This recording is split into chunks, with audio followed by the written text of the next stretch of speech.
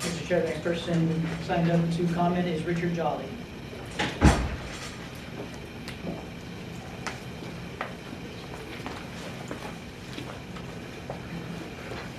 Welcome, Richard. Thank you very much. It's been a while since I've seen the siting council, and it's changed a little bit since the last time, and I appreciate that you've changed this a little bit and have made it more audience friendly, and it's quite an upgrade on the sound. So,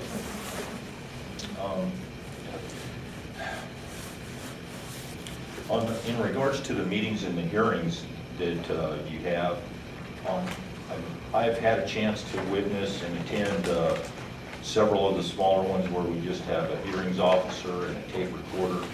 And in some of those that were really small, we had a chance to have one of the council members show up or two. And it's a benefit to have that, because without that, I don't believe the council gets a full feeling of the venue that the project is going to be in. And so then you have, the report that you got today was very good, but at the same time, at some of these other venues, having a council member there that's going to have weigh in on it, and you getting the explanation of them and seeing how the reaction is from the community that's being affected by these projects is rather large, and you're the people that need to be impacted by that.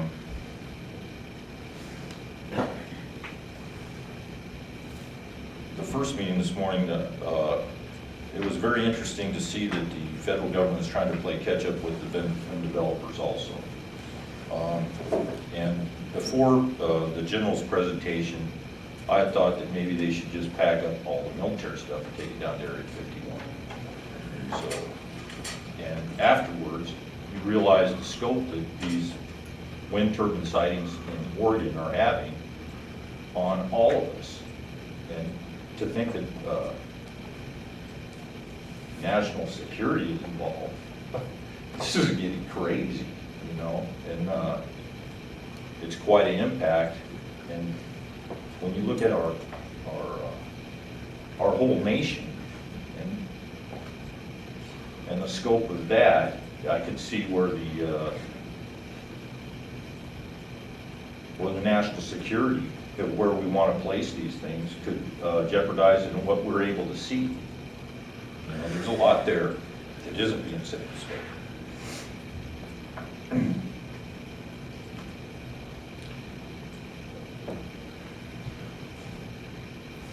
It's crazy the military is saying not in my backyard. So how can citizens negotiate through this process when the Department of Energy's Pentagon lawyers have trouble? That's quite a big issue when you think of the balls that are being dropped to make these things come forth in the right order. It should, in some aspects, I look at it and I think that today's issue should have come back, and they should almost be on the forefront of this before you even see that. That would be one aspect.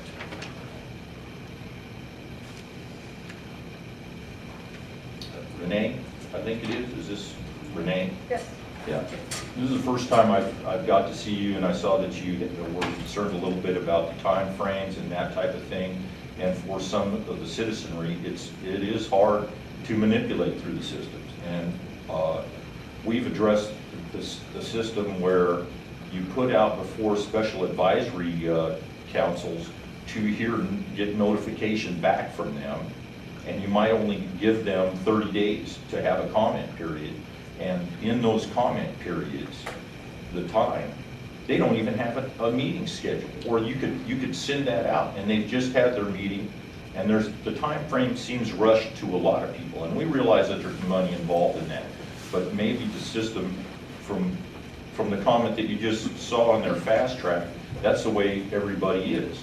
Even the military is having trouble with it. They're trying to deal with what they're gonna do right now, and everybody seems to be scrambling for everything when a project is going forward.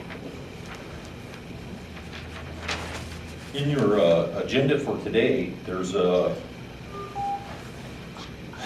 let's see, I think there's 4 wind project sightings that being talked about, and that's 200,000 acres that you're talking about just on today's agenda.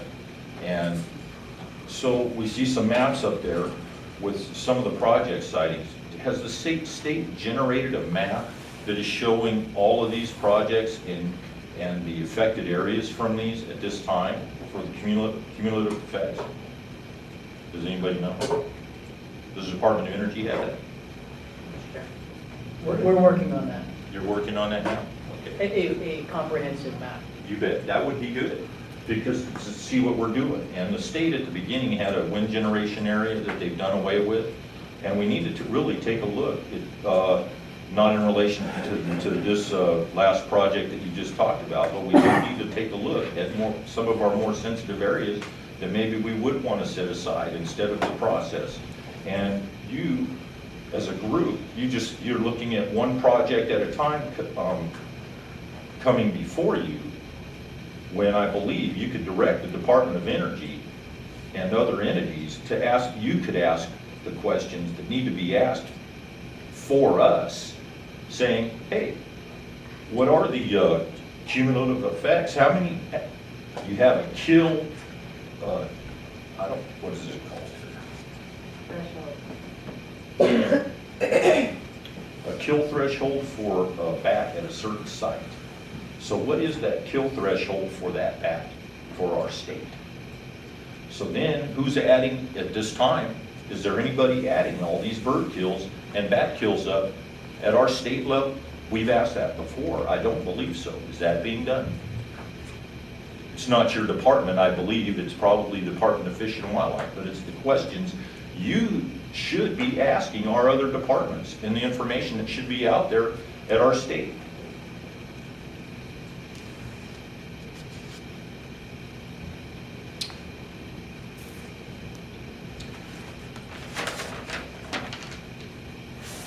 I believe that's all I have. Thank you, Richard. We're ready on the last question.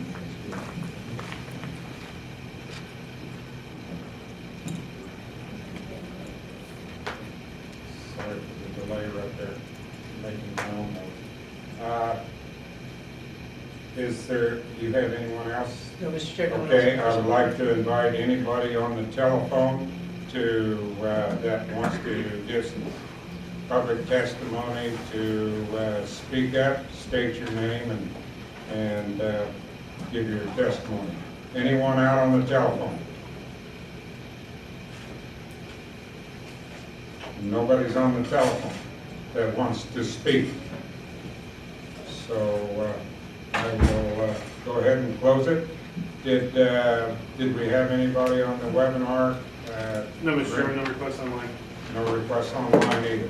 So at that juncture, I will go ahead and close the public testimony, thanking everyone for their testimony today, for your attendance. I want to especially thank Director Schwartz for attending with us today. We do appreciate her attendance at our council meetings, and I thank everybody for coming, and travel safely. We are adjourned.